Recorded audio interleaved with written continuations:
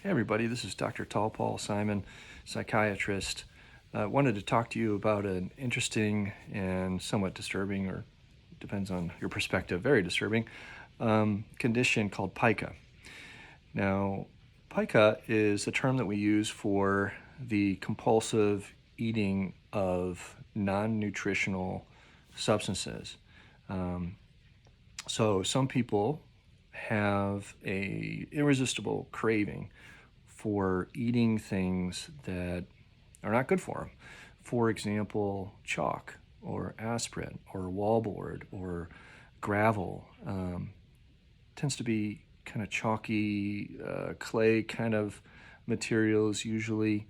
Sometimes iron-based things like little bits of metal.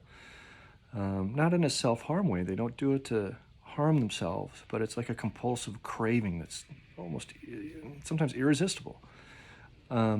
It's not too common, but I have seen it in practice a number of times, and I'd like to share that with you. No identifying information, of course. But PICA is, I interpret it as a physiological craving. Okay, it's your body telling the person that you're missing some kind of nutrient, okay? And the signal is short-circuiting in the brain a little bit, and it manifests itself as an irresistible craving for like a mineral deposit kind of thing. Think about if you had that in some primitive setting, with our ancestors, we'd be gnawing on some dried clay balls, in some parts of the world, actually, in more primitive societies, they will actually have places that people will go and get balls of special clay dirt that may be high in iron content and different things, and they'll use them for medicinal purposes.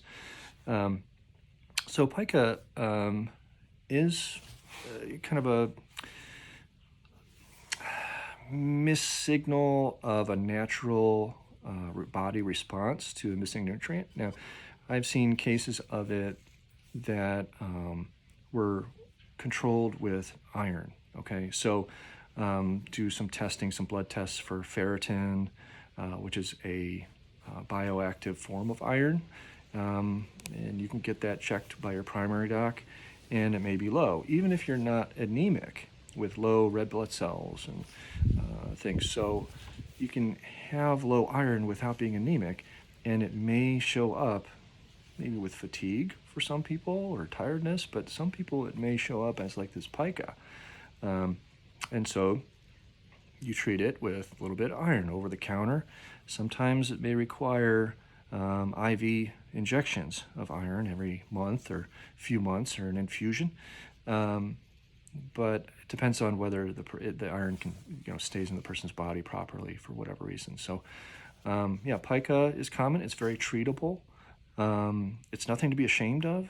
It's okay, and it can be addressed. One other approach that I take with pica is a medication called naltrexone. Naltrexone is used for any addictive behavior. It can be used for alcoholism, compulsive eating, compulsive gambling, skin picking, all kinds of, uncomfortable habits that people develop that are almost like an addiction, perhaps. And so pica, in some ways, can almost feel like or be like an addiction. And so naltrexone, also called Revia is a brand name, can sometimes have dramatic results for that condition. In one case I'm thinking of, we tried that, but it was the iron that really made the difference. Iron infusions really made the difference. So yeah, don't be ashamed of pica. It's unusual, but we all are unusual in different ways. So it's okay. Ask your doctor about pica. If you're struggling with that, it can be addressed. Okay? You guys take care, and please subscribe to this channel. Really appreciate your support. Take care.